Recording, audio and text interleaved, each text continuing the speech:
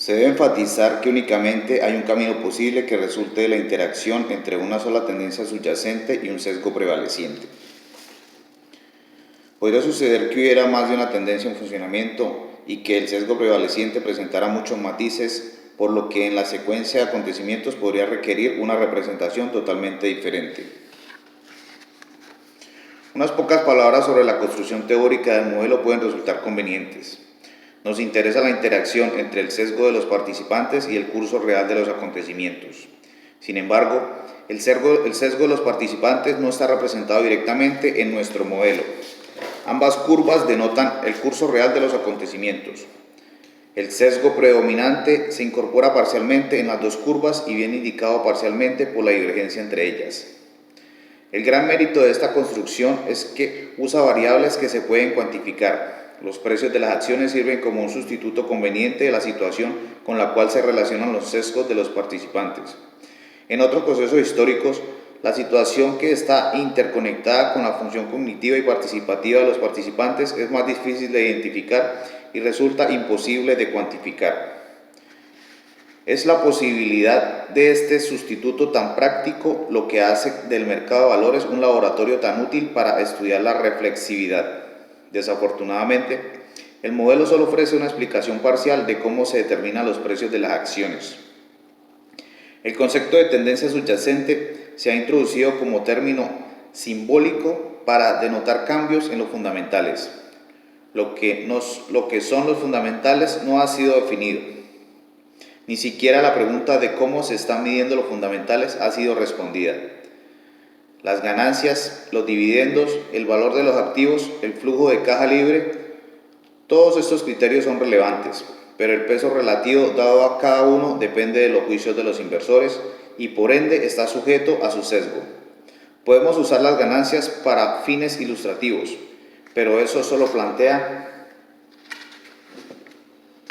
la pregunta. Se trata de una pregunta con la que los analistas de valores han estado luchando desde hace mucho tiempo. Nosotros no necesitamos responder a esta pregunta para desarrollar una teoría de la reflexividad. Sin saber nada sobre los fundamentales, podemos hacer algunas generalizaciones que valgan la pena. La primera generalización es que los precios de las acciones tienen algún efecto sobre los fundamentales, cualesquiera que sean. Para crear un patrón de expansión-recesión, a veces la conexión es directa, como los ejemplos que usaré en este capítulo, pero generalmente resulta ser indirecta. A menudo hace que sus efectos se sientan a través de un proceso político, como los cambios en los impuestos, la regulación o las actitudes hacia el ahorro y la inversión. Es posible tener una conexión reflexiva entre los precios y el sesgo prevaleciente, incluso si los fundamentales no se ven afectados. Pero la conexión solo es interesante si los fundamentales se ven también implicados. Sin un cambio en los fundamentales, es probable que el sesgo prevaleciente se corrija en poco tiempo, como podemos observar en las fluctuaciones diarias de los precios de las acciones. Esto sería bastante para ignorar el sesgo como mero ruido. Eso es lo que ha hecho la teoría de la competencia perfecta y el enfoque fundamentalista del análisis de acciones. Por el contrario, cuando se ven afectados los fundamentales, el sesgo no se puede ignorar sin que se produzca una fuerte distorsión, porque el sesgo da lugar a un proceso de autorrefuerzo, autofracaso, que no deja los precios de las acciones, ni los fundamentales, ni la visión de los participantes tal como estaban antes. La segunda generalización es que hay un fallo en la percepción de los fundamentales por parte de los participantes. Es posible que el fallo no sea aparente en las etapas iniciales, sino que se manifieste más adelante. Cuando lo hace, establece el escenario para una reversión en el sesgo prevaleciente. Si el cambio en el sesgo revierte la tendencia subyacente, un proceso de autorrefuerzo se pone en movimiento en la dirección opuesta. ¿Cuál es el fallo y cómo y cuándo es probable que se manifieste? Son las claves para comprender la secuencia de expansión-recesión. El modelo que presenté anteriormente se basa en estas dos generalizaciones. Casi no es necesario subrayar lo tosco que es el modelo. No obstante, resulta valioso para identificar las características cruciales de una secuencia típica de expansión-recesión. Estas son: la tendencia no reconocida, el inicio de un proceso de autorrefuerzo, la prueba exitosa, la convicción creciente que resulta de una mayor divergencia entre la realidad y las expectativas, las percepciones incorrectas, el clímax y un proceso de autorrefuerzo en la dirección opuesta. Con solo identificar estas características podemos tener una idea del comportamiento de los precios de las acciones. No podemos esperar mucho más de nuestro rudimentario modelo. En cualquier caso, un modelo reflexivo no puede reemplazar el análisis fundamental. Lo único que puede hacer es proporcionar el ingrediente que le falta. En principio, los dos enfoques podrían conciliarse.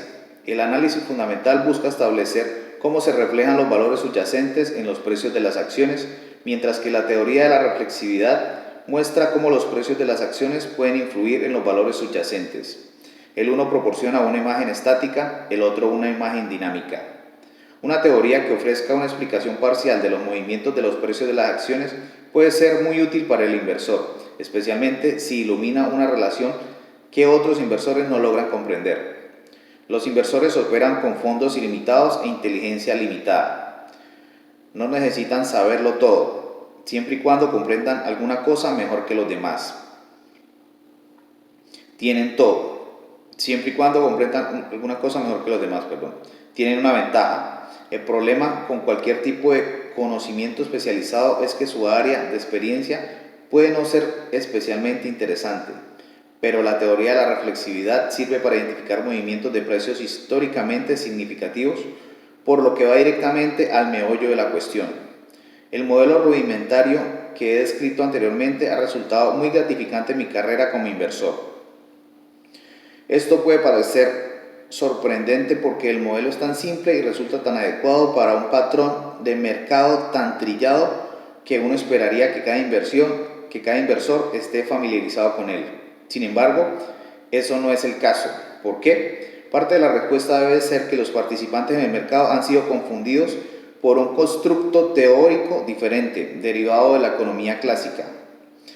Y, lo que es aún más importante, de las ciencias naturales. La actitud arraigada es que los precios de las acciones son el reflejo pasivo de alguna realidad subyacente y no un ingrediente activo en el proceso histórico.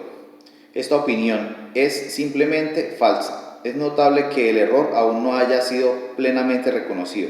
Sin embargo, los inversores reconocen la secuencia que he descrito y responden a ella, pero responden más tarde que alguien que esté trabajando con el modelo apropiado y esté atento a las características cruciales que definen la forma de la curva de los precios. Eso es lo que me ha proporcionado a mí una ventaja. La primera vez que utilicé el modelo sistemáticamente fue en el boom de fusiones empresariales que se produjo a finales de los años 60. Me permitió ganar dinero tanto en las subidas como en las bajadas. La clave del boom de las adquisiciones empresariales fue una falsa idea imperante entre los inversores. Los inversores habían llegado a valorar el crecimiento en las ganancias por acción y no supieron discriminar la forma en que se logró ese crecimiento. Unas cuantas empresas aprendieron a conseguir ganancias por medio de las adquisiciones. Una vez que el mercado la recompensó por su buen desempeño, su tarea se volvió más fácil porque podían ofrecer sus propias acciones altamente valoradas en la adquisición de otras compañías. En teoría, el proceso funciona de la siguiente manera. Supongamos que todas las empresas involucradas tienen el mismo crecimiento intrínseco en ganancias, pero que las acciones de la compañía compradora se venden al doble del múltiplo de las ganancias de las adquiridas. Si la empresa que adquiere logra duplicar su tamaño, sus ganancias por acción aumentan en un 50% y su tasa de crecimiento aumenta en consecuencia. En la práctica, los conglomerados empresariales tempranos comenzaron con altas tasas de crecimiento que fueron recompensadas por altos múltiplos.